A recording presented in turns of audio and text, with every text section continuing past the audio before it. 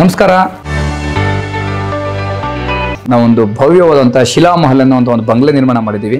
ಅದರ ವಿಶೇಷತೆಗಳು, ಅದರ ಅನುಕೂಲಗಳೇನು ಅನ್ನೋದನ್ನು ಇವತ್ತು ತಮಗೆ ಸಮಗ್ರವಾಗಿ ವಿವರಣೆ ಕೊಡ್ತಾ ಹೋಗ್ತೀವಿ. ಈಗ ನಾವು ಹಳೆ ಕಾಲದಿಂದ, ಪ್ರಾಚೀನ ಯುಗದಿಂದ ಲೆಕ್ಕ ಹಾಕೊಂಡು ಬಂದರೆ ಮಹಾರಾಜರೆಲ್ಲ ಕಟ್ಟಿರುವಂಥ ಅವರು ಅರಮನೆಗಳು, ಕೋಟೆಗಳು ಎಲ್ಲ ಕಲ್ಲಲ್ಲಿದ್ದಾವೆ. ಹಾಗೂ ಮತ್ತು ದೇವಾಲಯಗಳೆಲ್ಲ ಕಲ್ಲಲ್ಲೇ ಕಟ್ಟಿದ್ದಾರೆ. ಈ ಕಲ್ಲಲ್ಲಿ ಕಟ್ಟಿರುವಂಥವು ಇವತ್ತವರೆಗೂ ಸಹ ಎಷ್ಟೇ ಪ್ರಕೃತಿ ವಿಕೋಪ ಬಂದರೂ ಸಹ ಇವತ್ತವರೆಗೂ ಅದೊಂದು ಅಷ್ಟು ಹೋಗಲಿಲ್ಲ. ಅಂಥ ಕಲ್ಲಲ್ಲಿ ಕಟ್ಟಿರುವಂಥ ಒಂದು ಮನೆಯಲ್ಲಿ ನಮ್ಗೆ ಮಾಡರ್ನ್ ಅಮ್ಯುನಿಟೀಸ್, ಲೇಟೆಸ್ಟಲ್ಲಿ ನಾವು ನಮ್ಗೆ ಏನೇನು ಲಕ್ಸುರಿಯಾಗಿ ಏನೇನು ಬೇಕೋ ಇಂಟೀರಿಯರ್ ಅವೆಲ್ಲ ಮಾಡಿದ್ರೆ ಹೇಗಿರುತ್ತೆ ಅನ್ನೋದು ಈ ಮನೆಯಲ್ಲಿ ನಾವು ಕಾಣ್ಬೋದು. ಬನ್ನಿ ತೋರಿಸ್ತೀನಿ. ಈ ಮನೆ ನಾವು 60 ಅಡಿ 80 ಅಡಿ ಇರುವಂಥ ಒಂದು 60-80 ಪ್ಲಾಟಲ್ಲಿ ಕಟ್ಟಿದ್ದೀವಿ. ಡ್ಯೂಪ್ಲೆಕ್ಸ್ ಮನೆ ಇದು. ಇದರಲ್ಲಿ ವರಾಂಡ ಹೀಗಿದೆ. ಮತ್ತು ಬೆಳಿಗ್ಗೆ ಎದ್ದರೆ ಇಲ್ಲಿ ಕುತ್ಕೊಂಡು ಕಾಫಿ ಕುಡ್ಕೊಂಡು ಪೇಪರ್ ಓದ್ಕೊಂಡು ಆರಾಮಾಗಿ ಮುಂದೆ ಇರೋ ಒಂದು ಬಾಲ್ಕನಿ ಕೊಟ್ಟಿದ್ದೀವಿ. ನೆಕ್ಸ್ಟ್ 2 ಕಾರ್ ಪಾರ್ಕಿಂಗ್ ಕೊಟ್ಟಿದ್ದೀವಿ, ಪ್ಲಸ್ 2 ಎಲೆಕ್ಟ್ರಿಕಲ್ ಚಾರ್ಜರ್ ಇದೆ. ಟೋಟಲ್ ಫುಲ್ ಸರೌಂಡಿಂಗ್ ನಾವೇನು ಮಾಡಿದ್ವಿ, ಗ್ರೀನರಿ ಮೇಂಟೈನ್ ಮಾಡಿದ್ದೀವಿ. ಉತ್ತಮವಾದಂಥ ಒಳ್ಳೆ ಮರ ಆಗುವಂಥ ಗಿಡಗಳಿಟ್ಟಿದ್ದೀವಿ.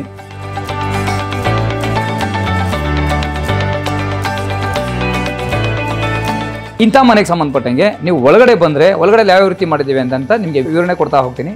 ಬನ್ನಿ.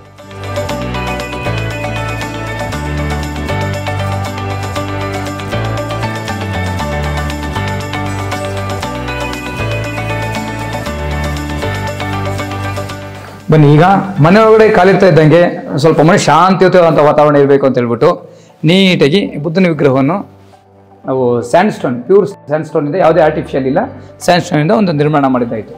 ಇದಾದ ನಂತರ ಈ ಕಡೆಗೆ ಗ್ರೀನರಿ ಇಟ್ಟಾಯಿತು.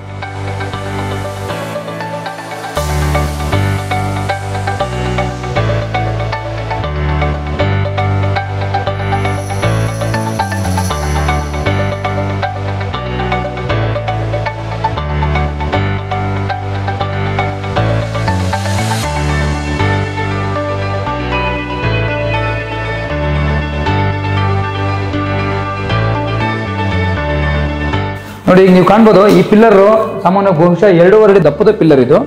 ಸೈಡಲ್ಲೆಲ್ಲ ವಾಲಲ್ಲೆಲ್ಲ ಮಾಡೋದು ನಾವು 1.5 ಅಡಿ, ಅಂದರೆ 450 mm by 450 mm, 750 by 750 column ಇದು. ಈ ಒಂದು ಸಿಂಗಲ್ ಪಿಲ್ಲರ್, ಕಿಂಗ್ ಪಿಲ್ಲರ್ ಆಗಿರೋದ್ರಿಂದ ಸ್ವಲ್ಪ ಇದು ಹೆವಿ ಕೊಟ್ಟಿದ್ದೀವಿ. ಈ ಮನೆ ನಾವು ಪೂರ್ತಿ ಗ್ರಾನೈಟಲ್ಲೇ ಕಟ್ಟಿರೋದ್ರಿಂದ, ಅಂದರೆ ಈ ಮನೆಗೆ ಉಪಯೋಗಿಸೋದು ಕಾಲಮ್ ಆಗಿರ್ಬೋದು, ಬೀಮು, ಕ್ಯಾಪಿಟಲ್ಲು, ರೂಫ್ ಸ್ಲ್ಯಾಬು, ಮತ್ತು ವಾಲ್ ಸ್ಲ್ಯಾಬ್ ಎಲ್ಲ ಗ್ರಾನೈಟ್ ಆಗಿರೋದ್ರಿಂದ ಹೊರಗಡೆ ಎಷ್ಟೇ ಬಿಸಿಲಿದ್ದು ಸಹ ಒಳಗಡೆ ಬಂದಾಗ ತಂಪಾದ ಅನುಭವ ಆಗುತ್ತೆ.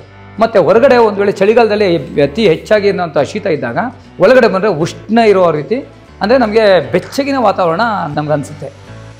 ಇದರಲ್ಲಿ ಹೈ ಕ್ಲಾಸ್ ಕ್ವಾಲಿಟಿ ಇರುವಂಥ ಎಲ್ಲ ಮೆಟೀರಿಯಲ್ ಯೂಸ್ ಮಾಡಿ ಪೂರ್ತಿ ಕಲ್ಲಿಂದನೇ ಕಟ್ಟಿರೋದ್ರಿಂದ ಕಟ್ಟಿರುವಂಥ ಮನೆಯಲ್ಲಿ ಎಲ್ಲೂ ಸಹ ನಮಗೆ ಎಲೆಕ್ಟ್ರಿಕಲ್ ಕಾಂಡ್ಯೂಟ್ಸ್ ಆಗಲಿ, ವಾಟರ್ ಲೈನ್, ಪೈಪ್ ಲೈನ್ ಆಗಲಿ ಎಲ್ಲೂ ಕಾಣೋದಿಲ್ಲ.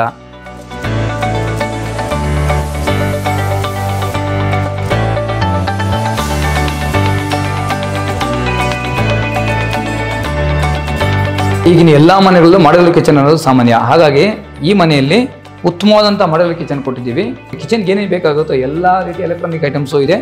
ಮತ್ತು ನಮಗೆ ಸ್ಟೋರ್ ಮಾಡ್ಕೊಳ್ಳೋದಕ್ಕೆ ಎಲ್ಲ ಸಾಮಾನು ಸರಂಜಾಮುಗಳು ಇಟ್ಕೊಳ್ಳೋದಕ್ಕೆ ಎಲ್ಲ ಕನ್ಸೀಲ್ಡ್ ಮಾಡಿ ಕೊಟ್ಟಿದ್ದೀವಿ. ಎಲ್ಲೂ ಹೊರಗಡೆ ಯಾವುದೂ ಇಡೋವಾಗಿಲ್ಲ. ಕಲ್ಲಿನ ಮನೆ ಆದರೂ ಸಹ ಕಲ್ಲಿನ ಮನೆಗೆ ಮಾಡ್ಯುಲರ್ ಕಿಚನ್ ಯಾವ ರೀತಿ ಒಗ್ಗಿಕೊಳ್ಬೋದು ಅನ್ನೋದನ್ನು ಈ ಮನೆಯಲ್ಲಿ ಕೊಟ್ಟಿದ್ದೀವಿ.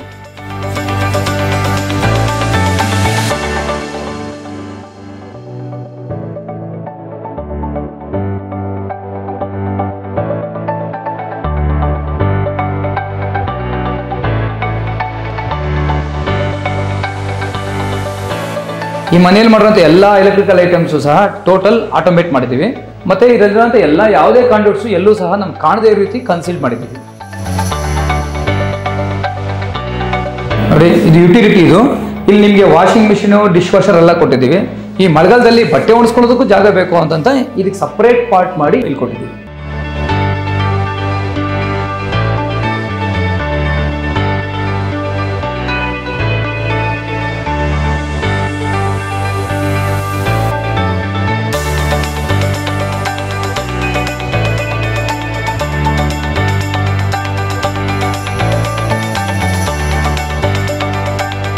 ನೋಡಿ, ಅಲ್ಲಿಂದ ಹತ್ತು ಬಂದರೆ ಜಿಮ್ ರೂಮ್ ಅಂತ ಸ್ಪೇಷಿಯಸ್ ಕೊಟ್ಟಿದ್ದೀವಿ.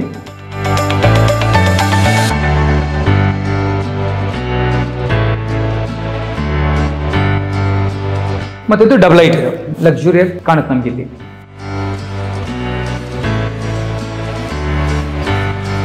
ಈ ಮನೆಯಲ್ಲಿ 2 ಬೆಡ್ರೂಮ್ ಇದೆ.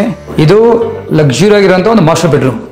ಇದು ಸೈಜ್ ನಿಮಗೆ 16 by 28 ಫೀಟ್.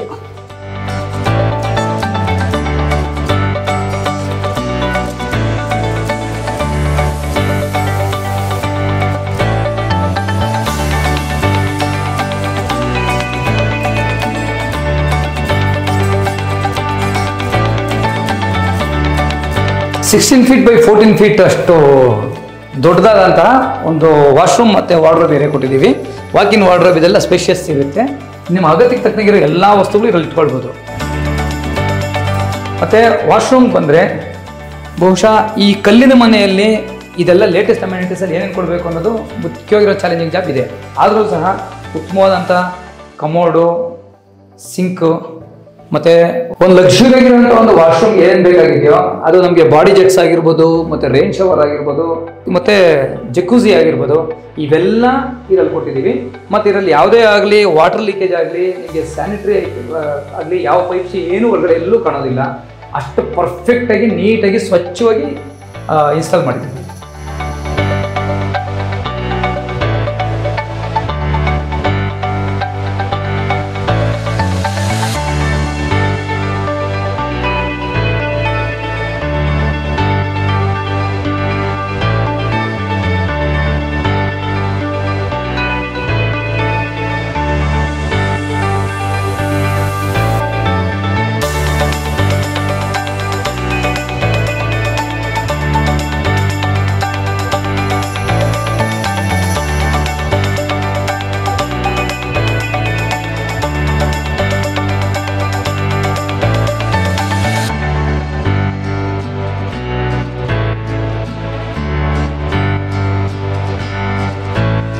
ಈ ಬಿಲ್ಡಿಂಗ್ ಮೇಲೆ ಬಂದರೆ ಸ್ಪೇಷಿಯಸ್ ಇರುವಂಥ ಒಂದು ಒಳ್ಳೆ ಉತ್ತಮವಾದಂಥ ಬಾಲ್ಕನಿ ಎಲ್ಲ ಕಡೆಗೂ ಕಾಣುತ್ತೆ.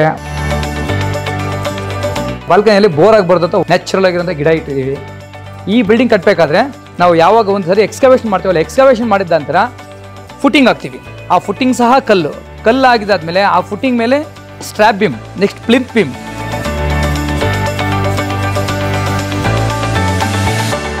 ಅದಾದಮೇಲೆ ನಾವು ಈ ಕಾಲಮ್ಸ್ ಫಿಕ್ಸ್ ಮಾಡ್ತೀವಲ್ಲ, ಈ ಕಾಲಮ್ಸ್ ಎಲ್ಲ ಫ್ಯಾಕ್ಟ್ರಿಯಲ್ಲಿ ಲೇತಲ್ಲಿ ಟರ್ನಿಂಗ್ ಆಗಿರೋಂಥವು. ಹಾಗಾಗಿ 1 mm ಎರರ್ ಬರೋದಕ್ಕೆ ಸಾಧ್ಯ ಇಲ್ಲ. ಇದೆಲ್ಲ ಆದಮೇಲೆ ಈ ಕಾಲಮ್ ಆದಮೇಲೆ ಕಾಲಮ್ಗೆ ಕ್ಯಾಪಿಟಲ್ ಕೂರಿಸ್ತೀವಿ. ಆ ಕ್ಯಾಪಿಟಲ್ಗೂ ಈ ಕಾಲಮ್ಗೂ ಸೆಂಟ್ರಲ್ಲಿ ಗ್ರೂ ಮಾಡಿ ಲಾಕ್ ಮಾಡಿರ್ತೀವಿ. ಈ ಲಾಕ್ ಮಾಡಿದಾದ್ಮೇಲೆ ಬೀಮ್ ಇದೆಯಲ್ವಾ, ಬೀಮ್ನ ಕ್ಯಾಪಿಟಲ್ ಲಾಕ್ ಮಾಡ್ತೀವಿ. ಕ್ಯಾಪಿಟಲ್ ಲಾಕ್ ಮಾಡಿದಾದ್ಮೇಲೆ ನೆಕ್ಸ್ಟ್ ಕಾಲಮ್ ರೈಸ್ ಮಾಡಿದ್ದೀವಿ. ಈಗ ಹಾಗಾಗಿ ಎಲ್ಲೂ ಸಹ ಇದರ ಸ್ಟ್ರಕ್ಚರ್ಗೆ ಸಿಮೆಂಟು ಅಥವಾ ಸಿಮೆಂಟೇಷಿಯಸ್ ಕಂಟೆಂಟ್ ಏನೂ ಉಪಯೋಗಿಸಿಲ್ಲ.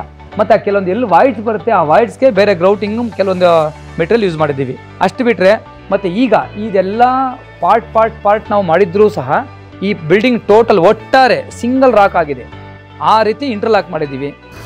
ನಾವೀಗ column, beam, capital, footing, plinth beam, slab beam ಎಲ್ಲ ಯಾವ ರೀತಿ ಲಾಕ್ ಮಾಡಿದ್ವಿ ಅಂತ ಹೇಳ್ಕೊಟ್ಟೆ. ಅದಾದಮೇಲೆ ರೂಫ್ ಸ್ಲ್ಯಾಬ್ಸು ಮತ್ತು ವಾಲ್ ಸ್ಲ್ಯಾಬ್ಸು. ರೂಫ್ ಸ್ಲ್ಯಾಬ್ಸ್ಗೆ ನೋಡಿ, ಈ ರೀತಿ ಒಂದು ಸ್ಲ್ಯಾಬಲ್ಲಿ ಈ ರೀತಿ ಗ್ರೂ ಮಾಡಿ, ಇನ್ನೊಂದು ಸ್ಲ್ಯಾಬಲ್ಲಿ ಈ ರೀತಿ ಗ್ರೂ ಮಾಡಿ, ಎರಡೂ ಸಹ ಇಂಟರ್ಲಾಕ್ ಮಾಡಿದಾಗ ಈ ಎಲ್ಲ ರೂಫ್ ಸ್ಲ್ಯಾಬ್ಸ್ ಹೊಡೆದವರು ಸಹ ಯಾವುದೇ ಕಾರಣಕ್ಕೂ ಒಂದು ಕಲ್ಲು ಪೀಸ್ ಸಹ ಕೆಳಗಡೆ ಬೀಳೋದಿಲ್ಲ. ಇದು ಮತ್ತು ನಾವು ವಾಲ್ ಸಹ ಇದು ಹಾರಿಜಾಂಟಲ್ ಆಗಿದ್ರೆ ವಾಲ್ ಇದೇ ರೀತಿ ಫಿಕ್ಸ್ ಮಾಡಿರ್ತೀವಿ. ಇದು ಮಾಡಿದ್ರೆ ನಮ್ಗೆ ಏನು ಅನುಕೂಲ ಇದರಲ್ಲಿ ಅಂತಂದರೆ, ಹೊರಗಡೆಯಿಂದ ಮಳೆ ಬಿದ್ದರೂ ಸಹ ನೀರು ಬಂದು ಒಳಗಡೆ ಬಂದು ವಾಪಸ್ ಬರೋದಿಲ್ಲ ನೀರು. ಹಾಗಾಗಿ ಬಂದು ಹೀಗೆ ಹೋಗ್ಬಿಡುತ್ತೆ.